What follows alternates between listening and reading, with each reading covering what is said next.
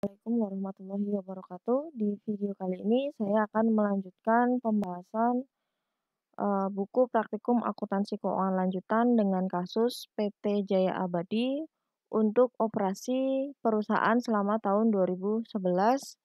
Utamanya untuk melanjutkan video sebelumnya. Kalau video sebelumnya saya membahas instruksi 7 poin A dan B. Untuk video ini saya akan melanjutkan untuk instruksi 7 poin C dan D. Kalau kemarin video sesi 1 saya menjelaskan pencatatan transaksi akuisisi PT Jaya Abadi dengan PT Sinar Surya. Jadi PT Jaya Abadi mengakuisisi PT Sinar Surya.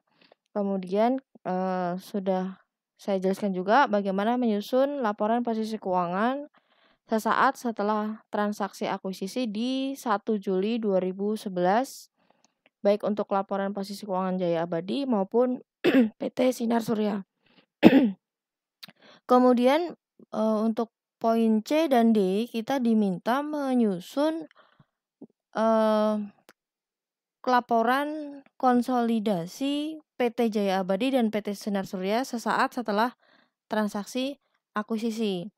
Nah, untuk mengerjakan atau menyusun laporan konsolidasi, kita membutuhkan yang namanya kertas kerja penyusunan neraca konsolidasian PT Jaya Abadi dengan PT Sinar Surya. Nah, kertas kerjanya seperti ini. Jadi, headernya atau judulnya PT Jaya Abadi dan anak perusahaannya PT Sinar Surya yang diakuisisi. Judulnya Kertas Kerja Penyusunan Laporan Keuangan Konsolidasi 1 Juli 2011. Kemudian setelah kertas kerja ini kita selesaikan, baru nanti kita bisa menyusun yang namanya laporan keuangan konsolidasian. Nah, pertama kita selesaikan dulu kertas kerja konsolidasian ini. Nah, bagaimana menyusun kertas kerja konsolidasian?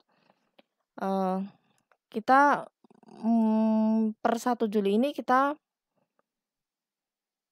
bikin kertas kerjanya, kita gabungkan antara laporan keuangan PT Jaya Abadi dengan PT Sinar Surya. Dimulai dari di sini karena per 1 Juli laporan posisi keuangannya, kita mulai dari laporan posisi keuangan PT Jaya Abadi, kita ambilkan datanya dari instruksi kemarin yang sudah kita buat laporan posisi keuangan per 1 Juli 2011 PT Jaya Abadi, kita tinggal pindahkan. Jadi laporan keuangan individual kemarin yang sudah kita buat sesaat setelah akuisisi tinggal kita pindahkan ke kertas kerja laporan konsolidasian. Di sini total asetnya adalah 6.957 juta. Tinggal kita pindahkan di kolomnya PT Jaya Abadi. Ini saya view Rismanes.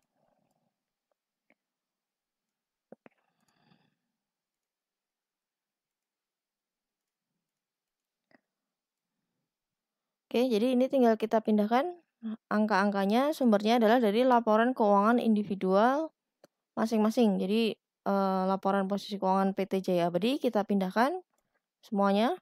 Total asetnya 6.957 juta. Tinggal kita pindahkan di sini. Mulai dari kas sampai dengan saldo labanya 6.957 juta. Kemudian anak si PT Sinar Surya juga sama, kita pindahkan dari laporan posisi keuangan anak per 1 Juli 2011. Tinggal kita pindahkan. Di sini ada total asetnya sama dengan 2.118.300. Tinggal kita pindahkan. Oke, ini sudah sama. Angka-angkanya dari laporan posisi keuangan masing-masing. Berikutnya setelah kita sudah masukkan informasi laporan masing-masing, PT Jaya Abadi sudah, kita masukkan Sinar Surya juga sudah. Berikutnya kita masukkan jurnal eliminasi dan penyesuaian.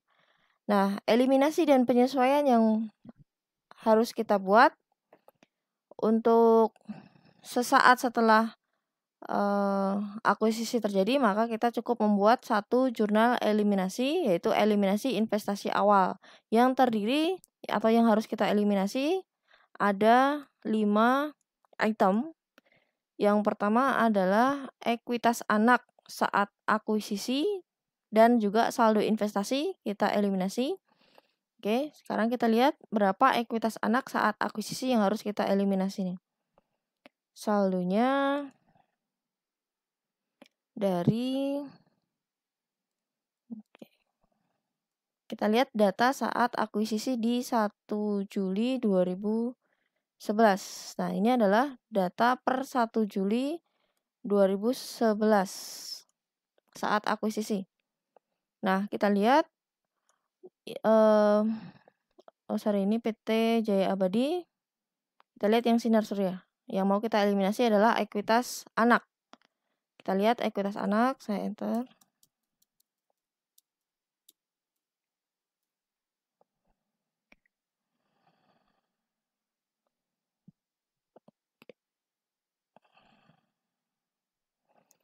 Oke, datanya berarti kita ambil di sini saja. Ekuitas anak. Nah, ini per 1 Juli ini. Ini adalah laporan posisi keuangan PT Sinar Surya tanggal 1 Juli 2011 saat akuisisi. Nah, kita lihat ekuitas anak terdiri dari modal saham, agios saham, dan saldo laba. Ini yang akan kita eliminasi. Modal saham 1,2 M, agios saham 300 juta, saldo laba 360 juta. Nah, ini saldo normalnya adalah kredit semua. Kalau mau kita hapus, kita eliminasi, berarti kita pindah ke debit. Berarti kita debit di kertas kerjanya modal saham. Kita cari di modal sahamnya. Berarti kita debit kalau mau dihapus 1,2, kemudian tadi agio saham 300 dan saldo laba 360. Ini kita hapus juga. Saldo normalnya kredit, kalau mau dihapus berarti kita debit. Oke, berikutnya eliminasi berikutnya adalah saldo investasi. Ini sudah. Kemudian berikutnya adalah saldo investasi. Nah, investasi induk ke anak, kita lihat jurnalnya. Kemarin saldo investasinya adalah di sini kita lihat investasi. Nah, investasi awalnya adalah 1.920 juta. Ini adalah investasi induk ke anak. Kita lihat di jurnalnya. Kemarin kita mencatat waktu mengakuisisi PT Sinar Surya, kita mendebit investasi saham 1.920 juta. Akibatnya di laporan posisi keuangannya induk di PT Jaya Abadi setelah akuisisi muncul akun investasi saham 1.920 juta. Ini merupakan investasi ke PT Sinar Surya. Nah, ini akan kita hapus. Berarti investasi itu saldo normalnya debit. Kalau kita mau hapus berarti kita pindah sisi kredit.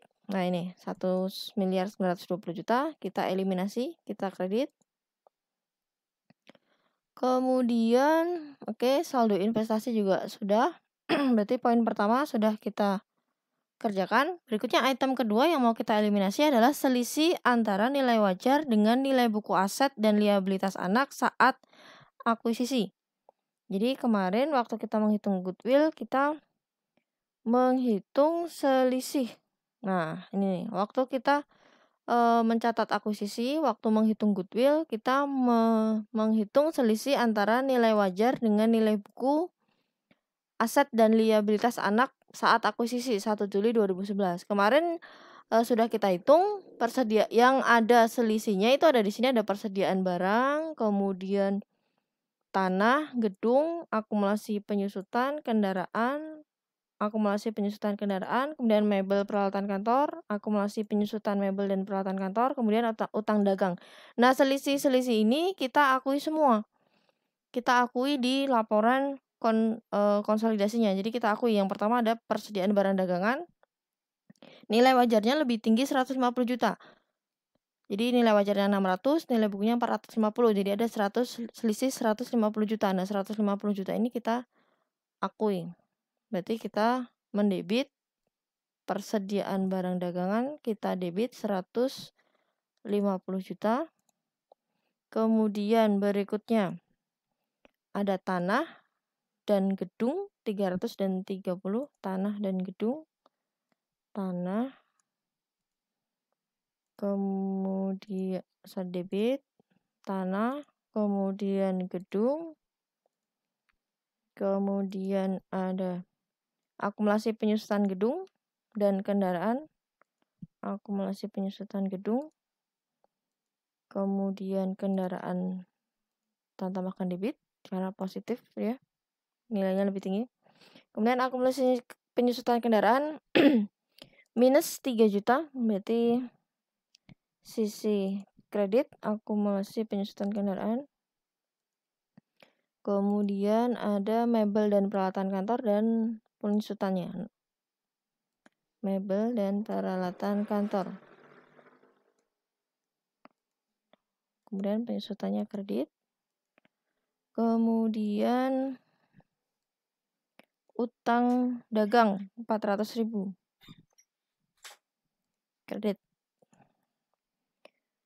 Oke. Untuk eliminasi mengakui selisih nilai wajar dengan nilai buku aset, liabilitas anak saat akuisisi sudah. Berikutnya mengakui kepentingan non pengendali. Nah, kepentingan non pengendali kemarin diketahui kepentingan non pengendali sudah kita hitung ya kemarin ya. Kepentingan non pengendali. Nah, ini kepentingan non pengendali kemarin diketahui sudah kita hitung. Nilainya adalah 480 juta. Ini kita akui. Berarti kita akui di sisi kredit di ekuitas. Kepentingan non pengendali 480 juta. Di sini hitung-hitungannya di video sesi 1 kemarin. Kemudian berikutnya mengakui aset atau utang pajak tangguhan yang timbul. Nah, ini kemarin juga sudah kita hitung utang pajak tangguhannya itu adalah, nah ini nih, pajak yang timbul atas selisih nilai wajar dan nilai buku aset neto PT Sinar Surya. Sudah kita hitung nilai utang pajak tangguhannya adalah 63.625. Berarti kita akui di sisi kredit utang pajak tangguhan di sisi liabilitas 63.625. Kemudian berikutnya ini sudah mengakui goodwill kalau ada yang timbul dari transaksi akuisisi. Ini juga kemarin sudah kita hitung. Perhitungannya di sini di video sebelumnya 94.625 goodwillnya. Ini kita akui. Goodwill itu aset. Kita akui di sisi aset. Goodwill debit 94.625.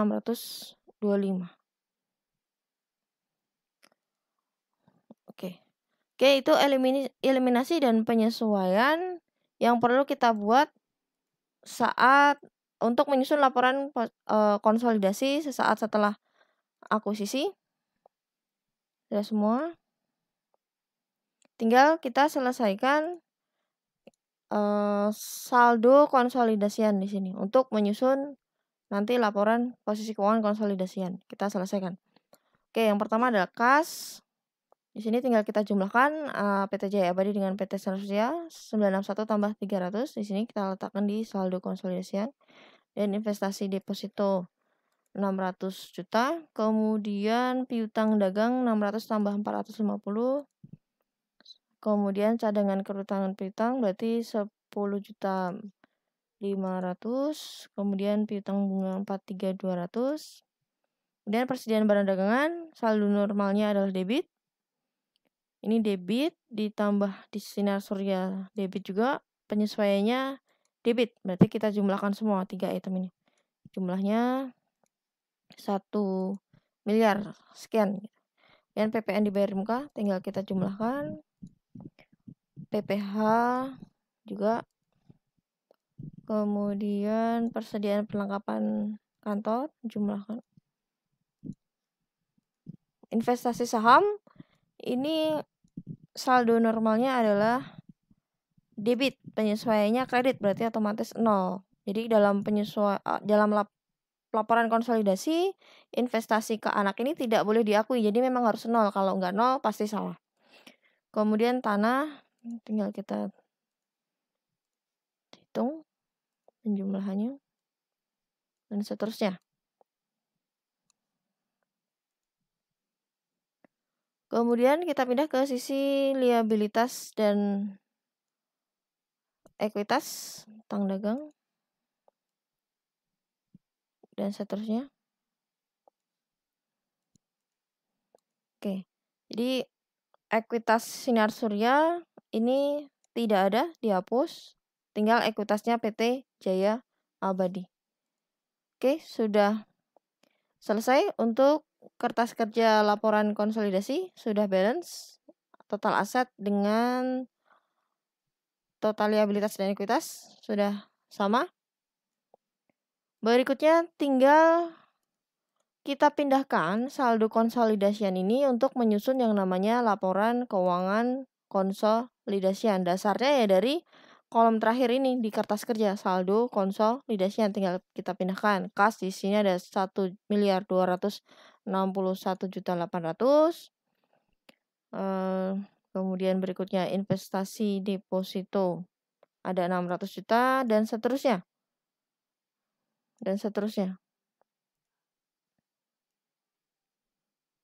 Oke, ini total asetnya kita lihat 7.759.325.000.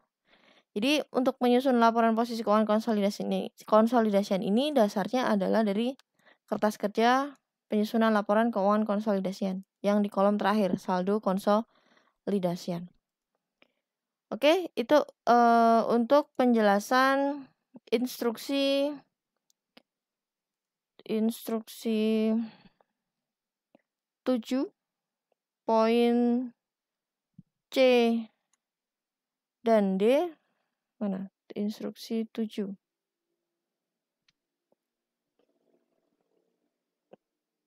Ini instruksi 7 poin C dan D.